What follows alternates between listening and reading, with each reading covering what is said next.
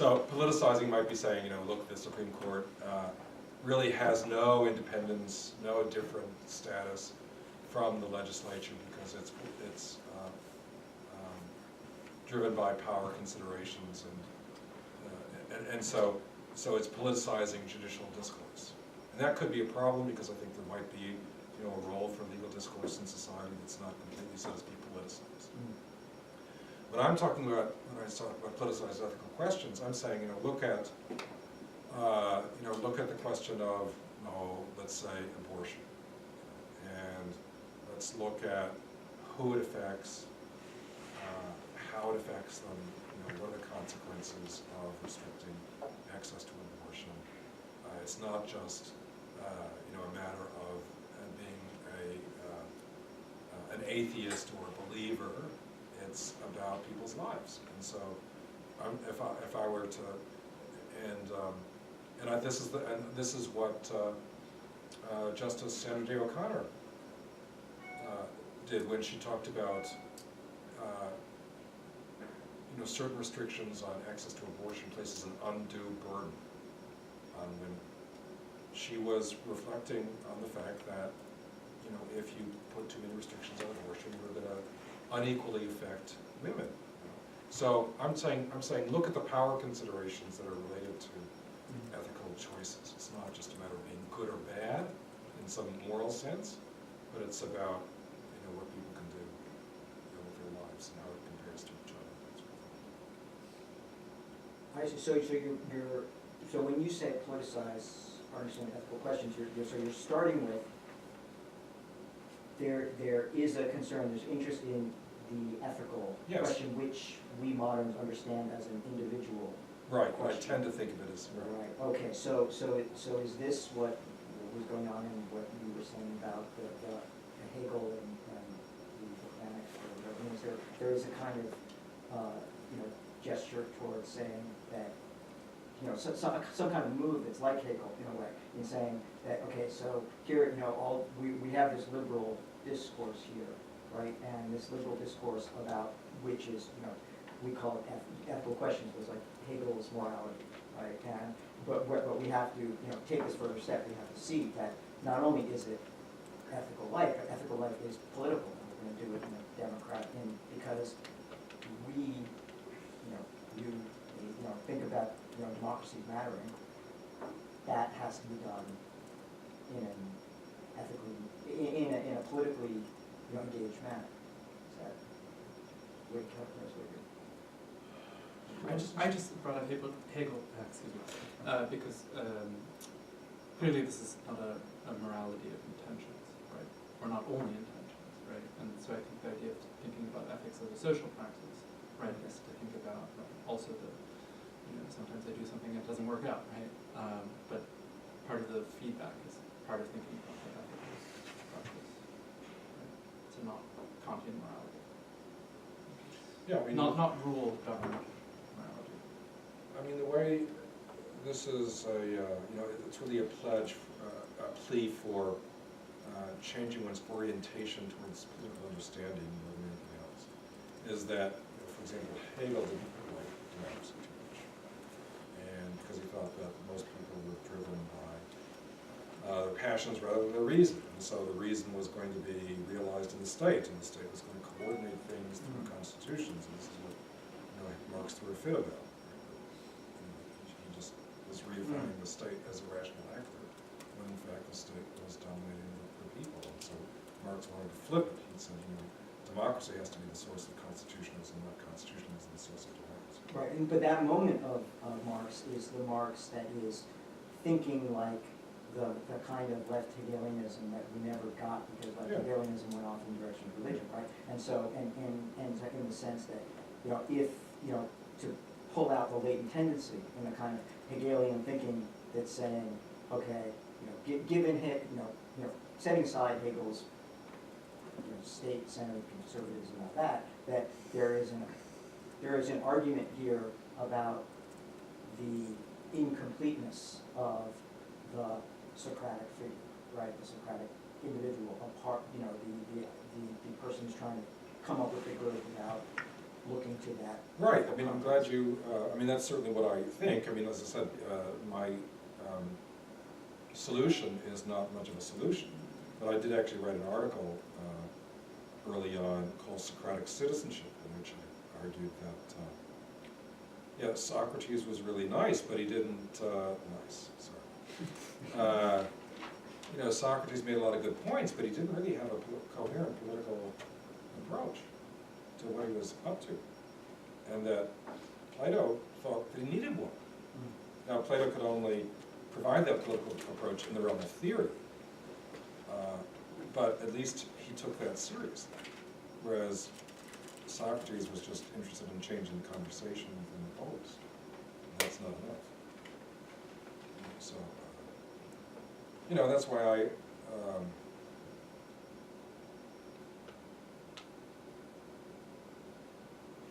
mean, I'll say two things connected to this, and it shows, and here's the part of the auto critique. Okay. There's a limit to how radical you can be and still be a professor, right? I mean, you get a good salary, you mostly write books, and, you know, maybe you get on talk shows or something like that, but, you know, you're not really an agent of change in a major way as a professor. I mean, as Machiavelli said, as Rousseau said, you know, if I really want, you know, it'd be nice to change the world, but I'm not in a position to do that, and so I'm going to do this. On the other hand, if you get too connected to practice and to actuality, then you miss a lot of what's underneath the surface.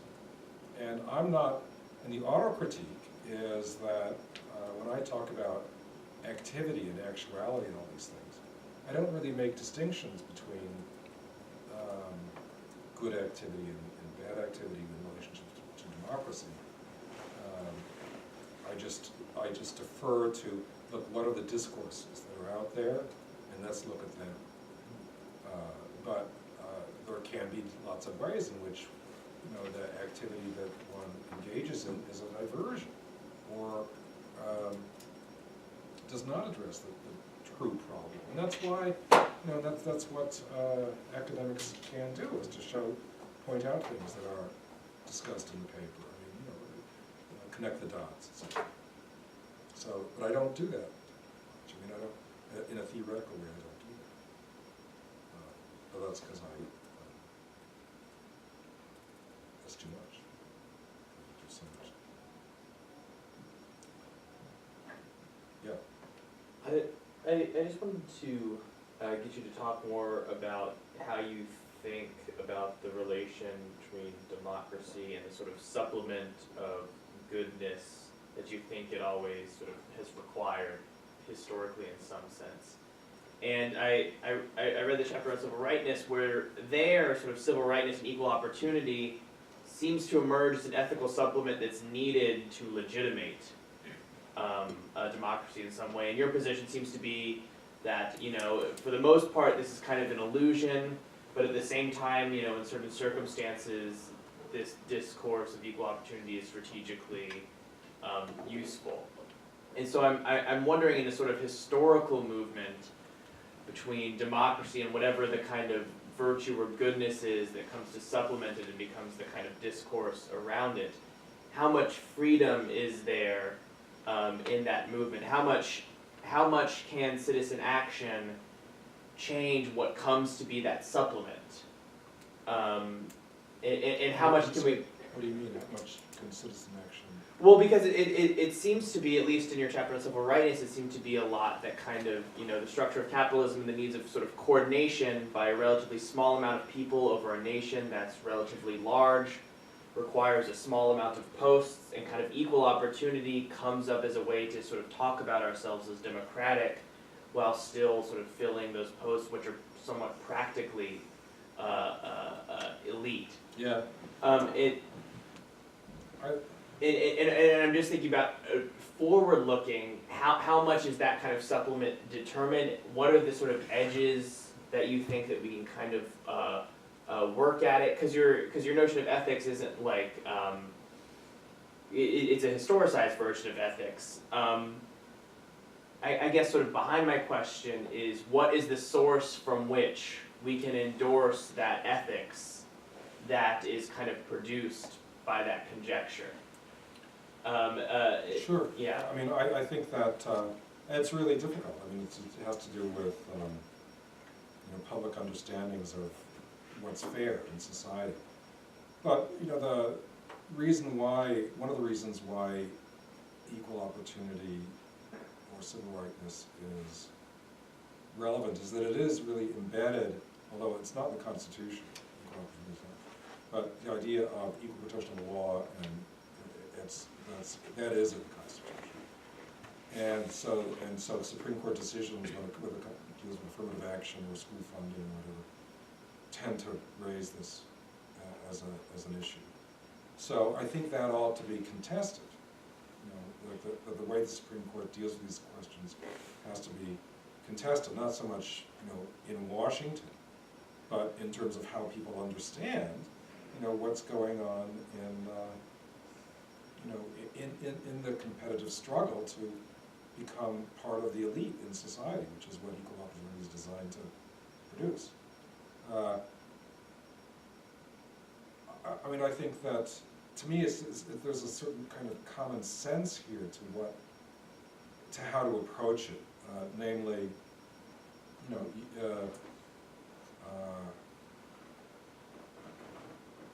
but it's not the common sense that is common, right? I mean, let's say we need to produce energy for the society. Okay? We need to have experts who know how to do that.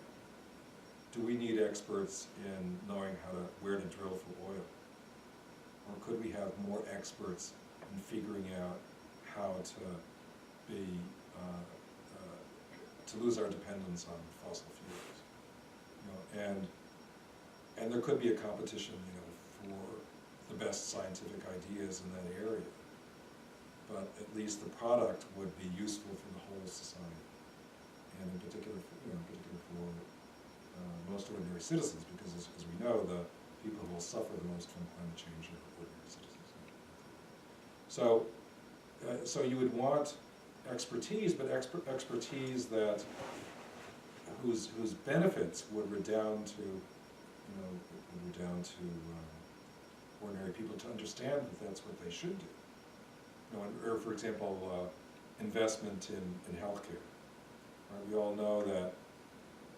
No, we don't. Who's the we here? But you get a rich person, on their deathbed within 3 months of dying, right? And that's where something like 80% of the healthcare costs come. I'm not exactly right here. It's pretty close. Pretty close, something like this. And It's 2 months. I kind of, I'm not going to apply to be on a death panel, but there is a way in which, we could use our healthcare dollars in a way that improved the lives of more people, and that did not really focus on how you can generate more tests for people who are going to die in a month anyways. I mean, it's just, I don't want to be too utilitarian about it, but I mean, there's again that sort of sense of where do you do the medical research?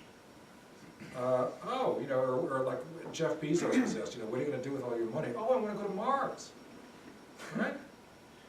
How many people are going to be able to go to Mars? So it's a matter of yes, of course we need to, but cloning and editing genes, and this isn't going to benefit most people. It's going to benefit people who can pay for it. So this idea of equal opportunity is just something that, as I said, it just needs to be democratized so that people understand what it is equal opportunity for. If it's really just, saying it's anti-discrimination, well, that's really just regulating the admissions process. It's not regulating what are the conditions under which people do apply to become, students at Harvard or something. Yeah. I read the book and I found it very, very interesting. I also found your emphasis on the term goodness, and also your historical approach, both provocative and refreshing. especially the use of the term goodness. But my question has to do with this question about the relation between interest/utility and reason or /virtue, or excellence or goodness. You know, I think if I remember correctly, Rousseau in the social contract in the preface says that he's trying to reconcile utility and justice. And I think Plato was trying to do the same thing. So most everybody before Rousseau also in a way. But the question is, how do we do that? I mean, you're talking about healthcare in our hospitals. So the health insurance companies and the hospital companies, they are able to mobilize and to deploy and concentrate particular kinds of power at particular points, which some people do not have, unable to do that. So you get a particular skewed result in terms of rational behavior or rational outcomes. But in terms of power, the result is quite predictable. So how do you reconcile these two?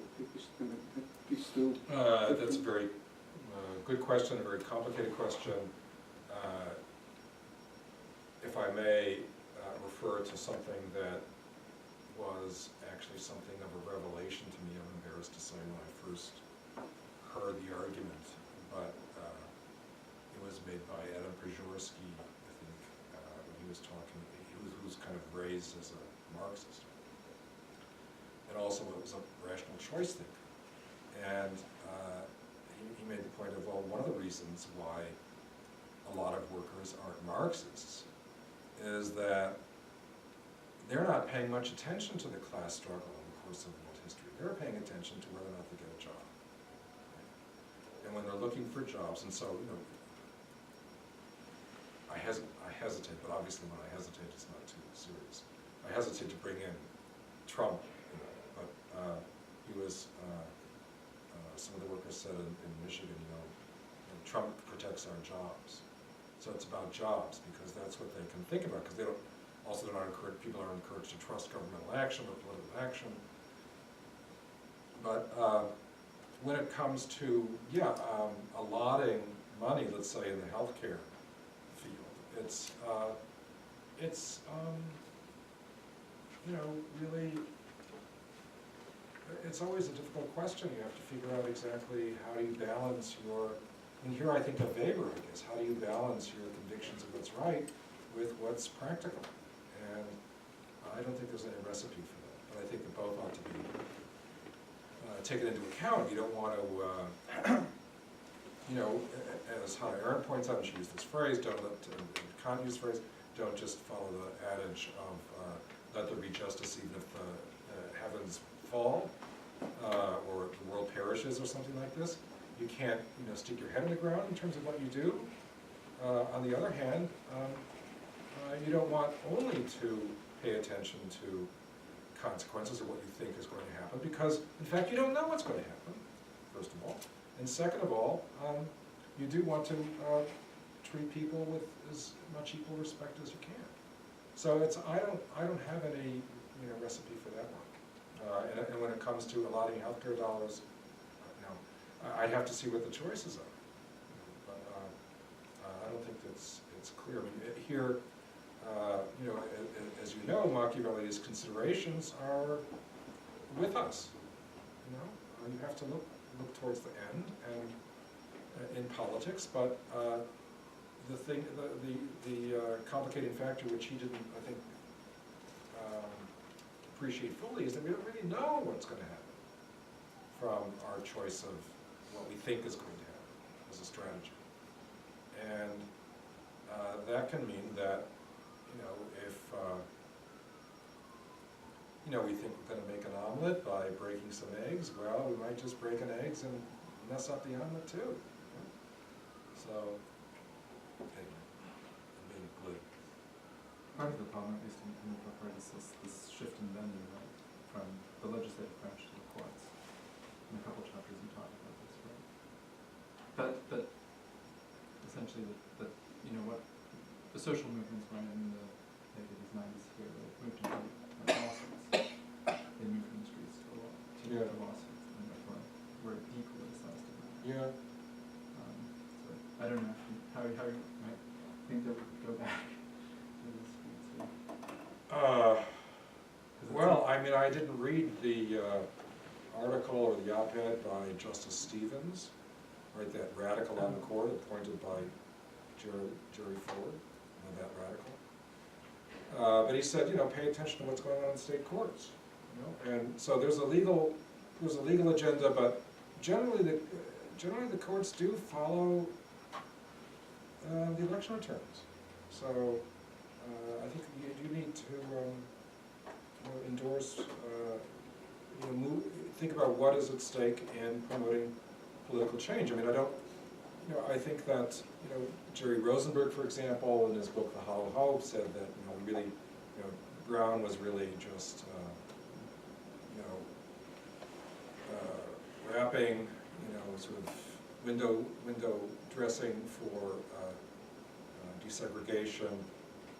I don't think that's the case, but it is the case that we didn't actually get legislative change until the Civil Rights Movement, and that's a fact. And the fact that the impetus of the Civil Rights Movement beyond its achievements in the 60s, the kind of thing that King was arguing for when he was assassinated, that it hasn't happened, or in the way that he would have liked, as quickly as he would have liked, because the political movement for that wasn't able to hang together. I'm not saying they did it. People acted badly or wrongly. I don't think there was a magic solution which people didn't discover. It was, really at 34th and 5th in New York City, and they failed to come here, and everything would have been better if they had. But as you know, we had. I mean, who would have thought it? I actually was in Atlanta a couple of weeks ago visiting my daughter. Anyways, I went to the Jimmy Carter Presidential Library. Now, I was not a supporter of Carter in his re-election bid. Not because I was supporting Reagan, but because I thought he wasn't doing enough in terms of the environment, regulating the oil industries. But he looks like a blazing radical at this point, and so politics really did shift, and we don't. And it is oftentimes, and this is one of the reasons why I think history is worth looking at, because you might say, what's moderate in politics now? What's moderate in politics is between what used to be considered the right and left wings of the Republican Party. But that's what our politics are. I mean, it's shifting, but in terms of legislative action at the official level, we don't know. Maybe Nancy Pelosi will soon like it. So, but it's just worth understanding, how and President Nixon, right, was that radical, right, was talked about minimum income and passed environmental legislation, Clean Water Act, and stuff. So it's. But in terms of the courts versus the legislative process,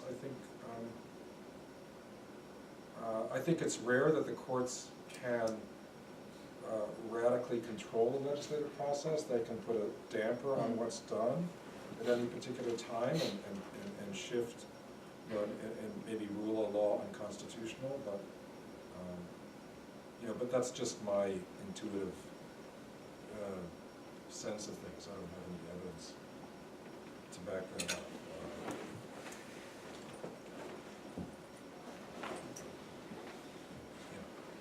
Yeah, so what I'm thinking about now goes back to earlier, I just can't give it up, but so it seems like your project's anthropological. So rather than looking at the United States imposing its cultural hegemony on the rest of the world, let's look at how we try and get the United States to change. And it seems to me that that's a very serious cultural project. I think it's really laudable that you're saying, I don't want virtue ethics to be top-down imposed on the American people. I want them from the bottom up democratically to enact that or practice that. I want a democratic ethics. But the tension is, right, you still want them ultimately to do something that's really good. And not just, say, consonant with liberal democracy. And liberal democracy is our culture. It's so deeply entrenched that if we just turn to the people to enact the democratic equivalent of virtue ethics and do something that's really good, it's going to have to be a cultural revolution, not to coin a phrase, but that's a really deep struggle to get people to think beyond themselves and free to choose and be free to practice liberty and do what's best for them, equally having the opportunity, so on and so forth. All these points that you've made, which are very well taken, like that's a slog. Yeah. Yeah, that's why I'm a professor.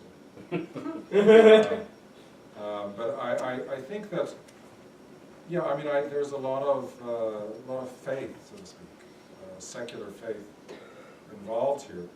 You know, what I'm saying about, you know, I'm trying to say that, you know, if in terms of democratic ethics, you have to sort of make it clear what people need to do.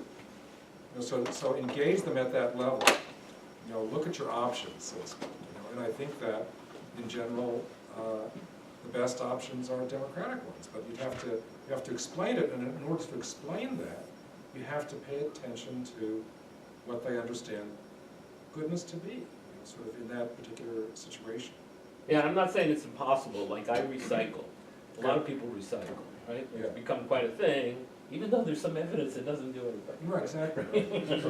Right. But still, like, people are like concerned about global warming, contrary to what the propagandists and the demagogues are saying.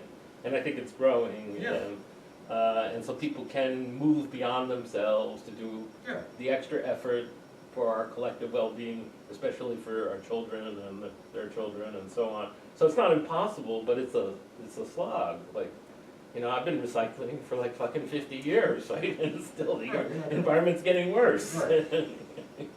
So it's a slog.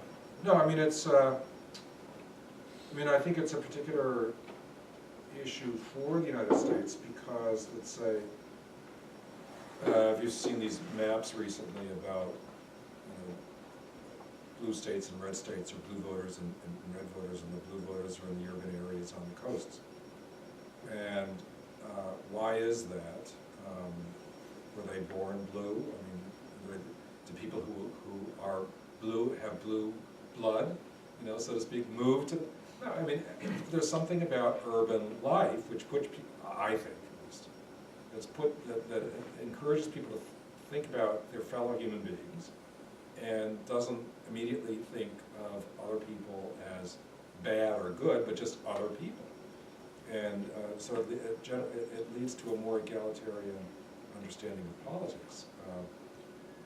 But our society does not favor the power of urban voters overall. You know, so it's really difficult to see how there's going to be change. You know? And if you get, you know, in addition, if you have a judiciary which is populated by people who don't have a democratic agenda, and that's, you know, an important power, it's difficult. But the only thing that I would say is, you know, don't try and find happiness by going into politics. And second, remember that it's never been easy. And this kind of project is a project that has been going on for a long time, and it's not, and actually to think about it in specifics, taking democracy seriously is actually new. It's relatively new. And it is happening now. Right? I mean, you do have people on the left in the public eye who are making arguments, who are reaching people. And they're making practical arguments that have a lot of potential. And so, but none of this is gonna be easy. And one of the things that's going to get really depressed, right? Think if you were a part of Solidarity in Poland, right? So you worked in the Solidarity movement in Poland in '68, and you were defeated. And you worked in '76, and you were defeated. And you worked in '81, and you were defeated. And then finally, you succeeded with the overthrow of, with the retreat of the Red Army and the ability of Poland to become self-determined. And so then, but it turns out that the hero of your movement is a bit of a pig, and so once he gets into power, he doesn't really, turns out to be much less of a Democrat than people thought he was. I mean, Lech Walesa. And now, right, Poland is reverting to a very reactionary kind of republic that doesn't respect the independence of the judiciary, et cetera, et cetera. So, not fun, right? Not fun. But, Well, so, to jump in, so I know why you're saying, why you just said, I think I know why you just said, don't try to find happiness in going to politics, right? Because politics is a slow, boring, hard wars, right? You know that, right? And not fun. But aren't you also saying, actually, don't think you can find happiness unless you go into politics? I mean, happiness, not subjective happiness. well, I think, Grief, yeah, no, This is, because this is what's at you stake, can't right? find, you can't find social, yes, I The think good life social, is yes, this, I think and the so good that life comes mobilization. from, the good life, socially speaking, in an ultimate sense, for me, comes from democratic politics as the primary engine for organizing society. For That's- you, but that's so liberal, right? I mean. It's not just- liberal. I mean, but, I mean, so, I'm deliberately trying to, be a little Yeah. antagonistic, because it seems to me that if it's, we talk about, goodness and virtue, Yeah. right? And you're trying to take that, because I take it you're trying to take that partly as a way to get at what could be at stake in that, to then use that as a way of mobilizing, and use Yeah. leverage, right? Right. But to talk about goodness also means to be talking about badness, right? To be talking about, this is good, Yeah. this is not good, right? Yeah. This is virtuous, Yeah. this is, Yeah. deplorable, shameful, right? Yeah. And so you want to be able to say it, so then it's Yeah. not just for you, it's like, this is where, there's an argument here. No, right? that's This is- that's crucial. That's crucial. What I'm saying, my argument against realism is that realism ends up when you think of it in material terms, being a very individualistic understanding of how the world works: people, interests, power, money, etc. And what I'm saying is that democracy actually requires people understanding that they have relations to other people, and those relations have to be sustained in order for the political community to cohere, right? We always have to respect minorities, we always have to get people to agree with us, to get something done. We need to talk to each other, we need to